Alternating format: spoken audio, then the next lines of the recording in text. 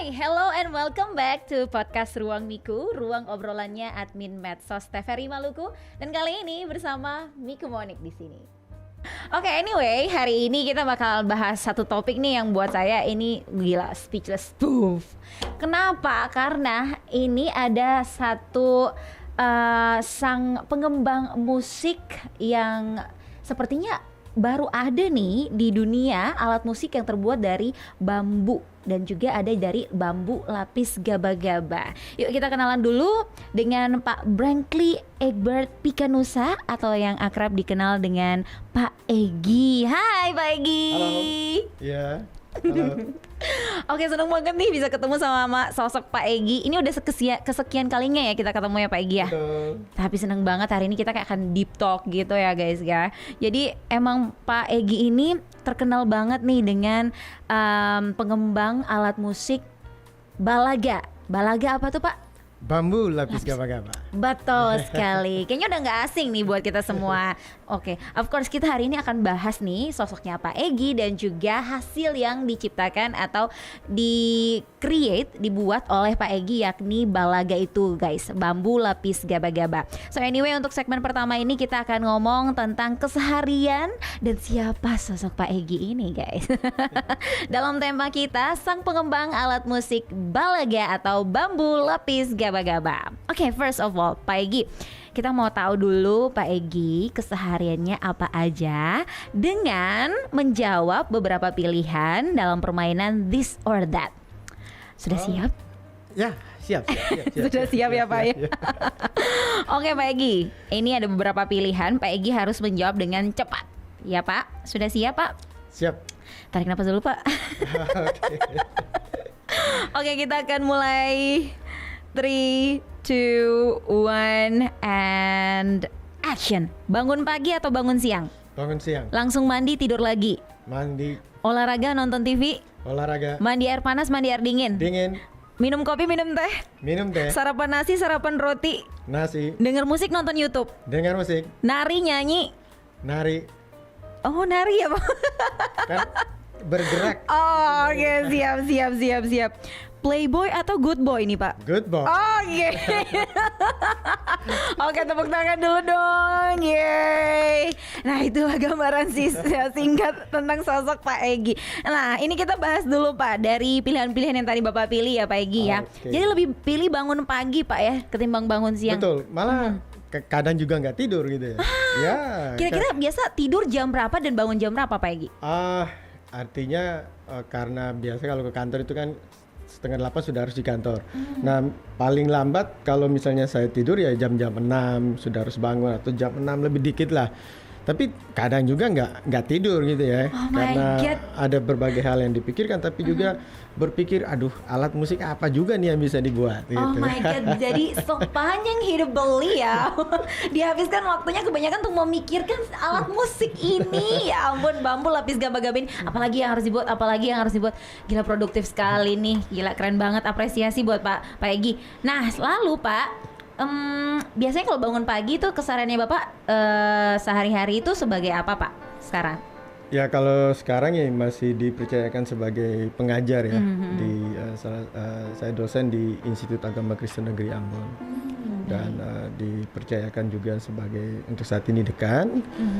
Ya ngajar, ada ngajar musiknya, ada juga ngajar terkait dengan pendidikan untuk musik, tapi juga berkaitan dengan liturgi dan musik gereja.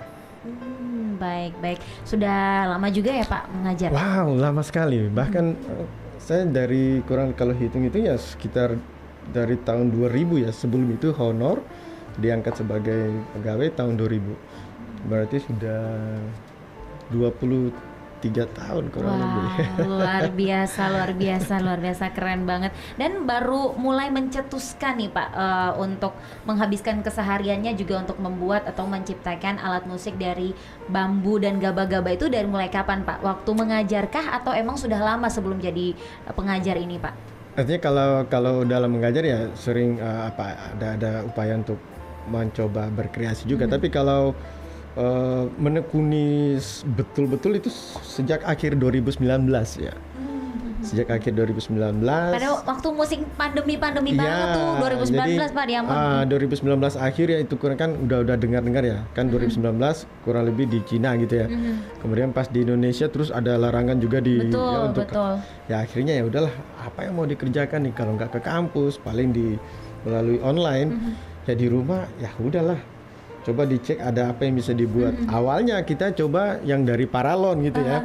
Tapi wah kalau paralon nanti ya lumayan juga kan pengeluarannya. Ya sudahlah akhirnya coba ada gaba-gaba ya.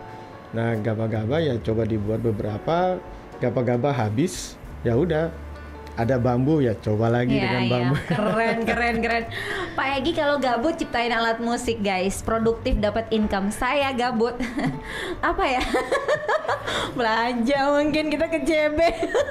Dibikin mungkin lagu ada aja. pengeluaran lah itu astaga. Nggak ada pemasukan pengeluaran aja. Aduh. Ini perlu dicontohin. Jadi gabut langsung ada ide untuk gimana ya menciptakan kreasi baru dengan membuat alat musik itu ya Pak Egi ya? Iya, jadi yang penting kan prinsipnya harus kita ketahui ya. Tidak semua bunyi itu musik gitu kan. Nah, bagaimana kita menata bunyi itu sehingga menghasilkan musik, termasuk di dalamnya menata bambu atau menata gaba-gaba sehingga nanti ada bunyi yang dihasilkan dan kita menata dalam beberapa nada. Oke, kita akan cari tahu tuh. Kita akan bahas segmen berikut tuh. Keren. Satu yang saya tangkap nih Pak, jadi waktu pandemi malah justru Bapak lebih produktif ya, menghabiskan waktu untuk menciptakan karya dan berkreasi, bukan scroll TikTok ternyata. Yang kedua juga ternyata waktu pandemi dalam kesesakan kesekampitan itu karya-karya yang luar biasa justru tercipta ya Pak Egi, luar biasa. Oke, next lagi Pak. Tadi pilihannya langsung mandi tidur lagi, tadi pilihannya langsung mandi ya Pak. Iya. Aduh, jadi malu. Iya, apalagi ya kan terkadang juga tadi kurang tidur gitu ya. Sampai sekarang malah kalau sampai sekarang ya paling tidur 2 jam atau 1 jam lebih udah bangun mandi pergi lagi ke kampus. Karena memang apa ya mungkin karena terlalu banyak yang dipikirkan mungkin. Gila Pak, keren banget Pak. Langsung bangun tidur 2 jam, tapi waktu udah siap tugas, waktu untuk tugas tetap langsung mandi, langsung kerja tuh. Ya. Oke, sepertinya Bapak lagi nyindir saya. Oke Pak, next olahraga atau nonton TV tadi? Ya, saya paling olahraga ya. Olahraga. Walaupun nggak terlalu yang berat-berat ya. Sebab udah tidur kurang ya.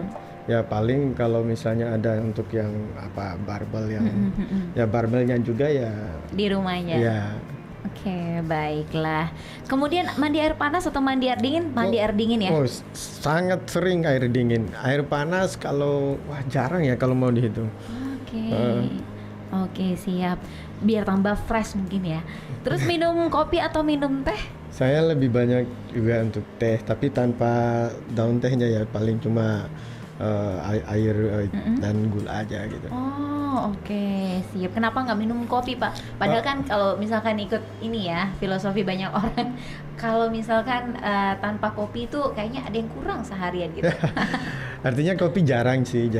Bahkan kalau di kampus tuh teman-teman sangat-sangat melarang saya untuk harus minum kopi, karena kalau saya minum kopi ya lumayan juga kalau 1 kali minum kopi. Tapi kalau keseharian sih jarang juga, nggak terlalu sering. Siap. Oke, sarapan nasi atau sarapan roti Pak tadi? Nasi ya. Oke, berarti kalau dulu waktu SMA, waktu studi di Magelang ya sudah terbiasa dengan itu ya. Cuma kalau SD SMP ya masih roti ya. Berarti Bapak dulunya pernah studi di luar juga Pak? Iya pernah. Saya dulu dapat beasiswa untuk dari kelas 2 sampai kelas 3 tuh di Magelang. SMA 3 Magelang. Dulu di SMA 3 Ambon dapat beasiswa ke SMA 3 Magelang. Berarti masak sendiri dong Pak nasi goreng atau nasi apa itu? Kalau ceritanya sih kan kita dapat beasiswa cuma 60.000 tuh kelas 2. Jadi makan siang itu kita cuma makan yang harga 2.000-an, tapi lebih banyak kol. Makan malamnya nasi goreng, banyak juga kolnya. Terima kasih kol. berjasa banget buat Pak Egy sampai sekarang ya. Kayaknya ini direct call deh. Itu kayak apa ide-idenya lebih kreatif. Kalau mau kreatif kayak Pak Egy coba kan call kayaknya.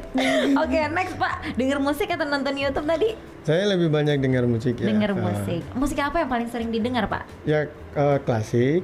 Kemudian juga kalau misalnya untuk lagu-lagu Ambon ya lebih ini ke yang tempo-tempo doe-loe juga. Ya, oke, sama Dan nih sekarang kayak beberapa popstar, aja. Oke, nah ini Pak Egy setuju nggak ada apa ya stereotip yang berkembang di masyarakat bahwa kebanyakan orang-orang pintar itu adalah orang-orang yang suka mendengar musik-musik jazz atau musik-musik klasik ya? Itu benar nggak sih Pak? Ya artinya ada yang mendukung dan ada yang tidak gitu ya. Sebab kalau misalnya dari hasil penelitian, misalnya dulu ada berbicara tentang efek Mozart, di mana ibu-ibu hamil diberikan stimulus ya untuk mendengar alat musik itu, dan memang perkembangan janinnya cukup baik. Dan kalau misalnya ada juga kita kalau mempelajari untuk otak itu kan ada belahan kiri dan kanan, ada juga yang tengah. Nah, musik menjadi media untuk bisa menyeimbangkan itu. Dan bahkan kreativitas bermusik juga bisa membuat seseorang punya tingkat kognitif ya. Nah, itu juga akan berkembang dengan baik. Karena memang semakin otak diberikan musik, maka ada bagian di otak yang disebut dengan korteks. Nah, itu akan berkembang bertambah banyak. Dan itu bisa juga mempengaruhi kecakapan-kecakapan yang lain. Oh, begitu. Jadi emang relate ya Pak. Ya, sebab juga. Ketika orang bermusik itu bukan cuma otak kiri yang bekerja atau kanan yang bekerja, tetapi kedua. Ya, baik otak kiri atau otak kanan itu juga bekerja secara bersamaan. Oke, baik, luar biasa, ini input loh. Ini saya udah dapat materi tambahan. Iya. Nah, kalau saya sih lebih suka ini Pak, musik relaksasi buat pikiran kalau tidur. Iya, dan itu gimana Pak? Apa yang berkaitan dengan teori, ada nggak yang berkaitan membenarkan itu Pak? Jadi begini, kalau kita bicara bermusik itu kan ada bermusik secara aktif dan pasif. Aktif adalah pelakunya. Nah, sementara pasif itu yang menikmatinya. Jadi kalaupun juga diteliti secara dari kecerdasan ganda ya, Gartner. Nah, itu hampir pada semua manusia itu ada juga kecerdasan musik, tapi dengan kadar yang berbeda. Ya. Jadi jangan khawatir, setiap orang pasti punya kecerdasan musik. Kadang juga kalau kita naik mobil atau ada tetangga putar ya lagu ya sambil tanpa sadar kadang kita bergerak atau betul. apa ya. Jadi ada orang bermusik secara aktif tapi juga pasif dan pasti ada juga di Jadi kalau memang saya ini berarti pemusik ini ya pasif ya. Pasif. Oke, baiklah, nggak apa-apa. Yang penting menikmati lah ya. Sekalipun itu musik relaksasi sebelum tidur. Anyway Pak, kalau misalkan ada yang ngomong nih pilihan musik itu menggambarkan kepribadian orang juga, betul ya Pak ya? Bisa juga, sebab memang pernah ada penelitian terkait dengan musik dan budi pekerti. Dan itu juga mempengaruhi ya. Ada yang lebih banyak memilih musik rock misalnya, ada juga yang klasik ya. Tetapi memang juga harus berhati-hati untuk menyatakan itu. Karena tidak selamanya saya memilih suka musik rock berarti saya orangnya yang agak keras dan seterusnya. Betul. Itu juga memang belum tentu. Sebab musik merupakan media kita berekspresi. Nah, setiap orang punya kekhasan. Ya, saya bisa saja misalnya lebih menyukai musik klasik misalnya. Tapi ada juga yang suka musik rock dan ya itu cara orang berekspresi. Ya, tidak ada yang bisa membatasi itu. Tinggal yang mungkin yang perlu diperhatikan ketika kita berekspresi melalui musik akan lebih baik jika ada nilai-nilai edukasi yang bisa kita berikan dalam pesan-pesan misalnya dalam nyanyian atau juga ketika kita bermain ya kita memainkan alat musik sebagai bentuk ekspresi musikal kita. Sebab sekarang mohon maaf nih kalau sekarang kita dengar ada banyak-banyak lomba yang anak-anak tapi lagunya nyanyiannya nyanyian orang dewasa iya. semua. Betul setuju sih Pak.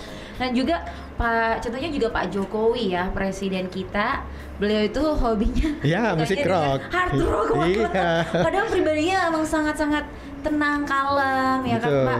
Nah gimana kayak kok gimana? Musik apa yang dipilih kayak kok? Kepribadian lu juga nih Kak. Oke, kita akan bahas selanjutnya lebih detail lagi tentang alat musik bambu lapis gaba-gaba ini yang dibuat oleh Pak Egy dan teman-teman. Setelah jeda pariwara berikut, tetaplah di podcast Ruang Miko.